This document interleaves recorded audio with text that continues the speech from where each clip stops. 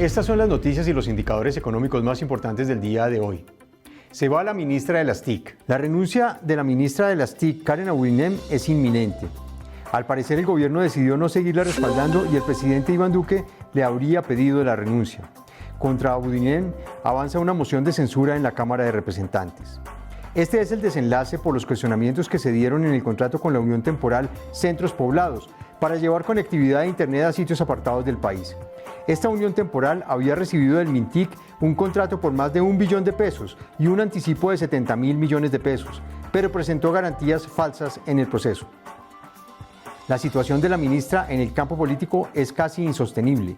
En las últimas horas, la bancada del Partido Liberal en la Cámara, que tiene 35 representantes y es una fuerza muy alta, anunció su respaldo a la moción de censura contra la funcionaria. Aprobado el texto conciliatorio de la reforma tributaria, ahora pasa a sanción presidencial. La Cámara y el Senado aprobaron hoy el texto conciliado de la reforma tributaria y el documento final pasa a sanción presidencial. El proyecto recaudará 15,2 billones de pesos a través de medidas permanentes y más de 2,7 billones de pesos en fuentes transitorias. El texto fue aprobado con 70 votos a favor y 8 en contra en la plenaria del Senado y con 132 votos a favor y 22 en contra en la Cámara de Representantes. Uno de los pilares en la reforma es la solidaridad empresarial, por el que cerca de 10 billones de pesos se recaudarán a través de medidas como aumentar la tarifa de renta corporativa a 35%, establecer una sobretasa de renta al sector financiero y mantener el descuento del ICA en 50%. El COVID deja los ingresos del fútbol en fuera de lugar.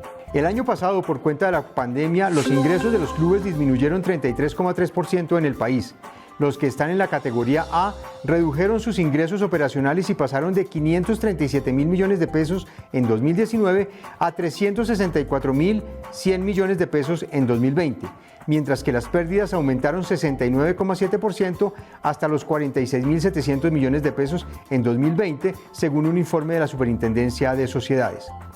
Mientras tanto, los de la categoría B presentaron un descenso de 44,4% en sus ingresos operacionales, lo que hizo que cayeran hasta los 50.300 millones de pesos en 2020.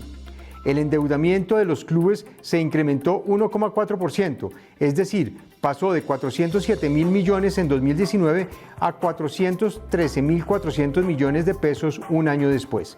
El equipo que presentó mayores ingresos operacionales fue el Junior, con 58.600 millones de pesos el año pasado, pero disminuyó sus ingresos en un 9,2% en ese mismo periodo. En los indicadores económicos del día, el dólar se cotizó en promedio a 3.829 pesos con 8 centavos. El precio del petróleo WTI se ubicó en promedio en $69 con 3 centavos por barril.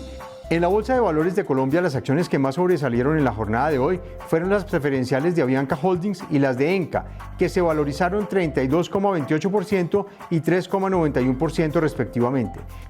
Mientras que las acciones que cayeron en la jornada fueron las de Occidente y las de Conconcreto, que retrocedieron en promedio menos 3,85% y menos 2,56% respectivamente. En otras noticias, la novela de la custodia de la cantante Britney Spears parece que está llegando a su fin.